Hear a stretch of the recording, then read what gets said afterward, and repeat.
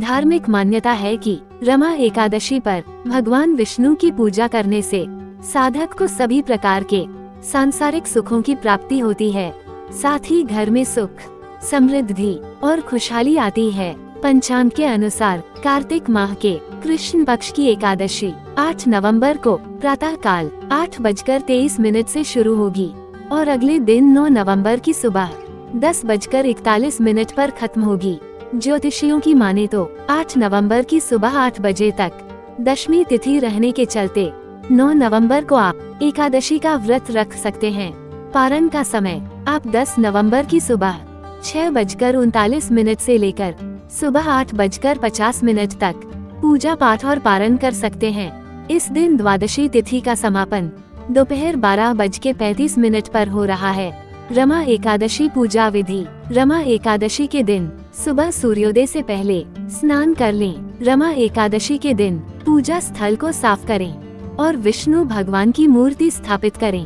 फिर पूरी श्रद्धा से एकादशी व्रत करने का संकल्प लें।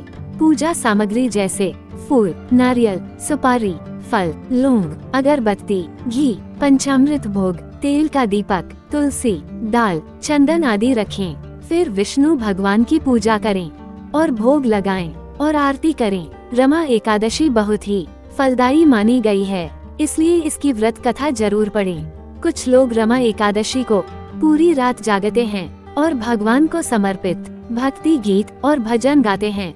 द्वादशी के दिन सुबह गरीबों, ब्राह्मणों को भोजन कराएं। इसके बाद फल खाकर व्रत का पारण कर सकते हैं। रमा एकादशी व्रत कथा। पौराणिक युग में मुचुकुंद नामक प्रतापी राजा थे। इनकी एक सुंदर कन्या थी जिसका नाम चंद्रभागा था। इनका विवाह राजा चंद्रसेन के बेटे शोभन के साथ किया गया। शोभन शारीरिक रूप से अत्यंत दुर्बल था तथा वो भूख को सहन नहीं कर सकता था। एक बार दोनों मुचुकुंद राजा के राज्य में गए। उसी दौरान रमा एकादशी व्रत की तिथि थी। चंद्रभागा को ये सुन चिंता हो गई, क्योंकि उसके पिता के राज्य में एकादशी के दिन पशु भी अन्न आदि नहीं खा सकते थे, तो मनुष्य की तो बात ही दूर रही। उसने यह बात अपने पति शोभन से कही और कहा, अगर आपको कुछ खाना है तो इस राज्य से दूर किसी अन्य राज्य में जाकर भोजन ग्रहण करना होगा। पूरी बात सुनकर शोभन ने निर्णय लिया कि वो रमा एकादशी का व्रत करेंगे। इसके बाद ईश्वर पर छोड़ देंगे। रमा एकादशी व्रत संकल्प प्रारंभ हुआ। शोभन का व्रत बहुत कठिनाई से बीत रहा था। व्रत होते होते रात बीत गई और शोभन ने प्राण त्याग दिए। पूर्ण विधि विधान के साथ उनकी अंत्येष्टि की गई और उसके बाद उनकी पत्नी चंद्रभागा अपने पिता के घर ही रहने लगी। उसने अपना पूरा मन पूजा पाठ में लगाया और विधि के साथ एकादशी का व्रत किया। दूसरी तरफ शोभन को एकादशी व्रत का पुण्य मिलता है और वो मरने के बाद एक बहुत भव्य देवपुर का राजा बनता है, जिसमें असीमित धन और ऐश्वर्य है। एक दिन सोम शर्मा नामक ब्राह्मण उस देवपुर के पास से गुजरता है और शोभन को देख पहचान लेता है। उससे पूछता है कि कैसे ये सब ऐश्वर्य प्राप्त हुआ। तब शोभन उसे बताता है कि ये सब रमा एकादशी का प्रताप है, लेकिन ये सब अस्थिर है। कृपा कर मुझे इसे स्थिर करने का उपाय बताएं। इसके पश्चात सोम शर्मा उससे विदा लेकर शोभन की पत्नी से मिलने जाते हैं और शोभन के देवपुर का सत्य बताते हैं।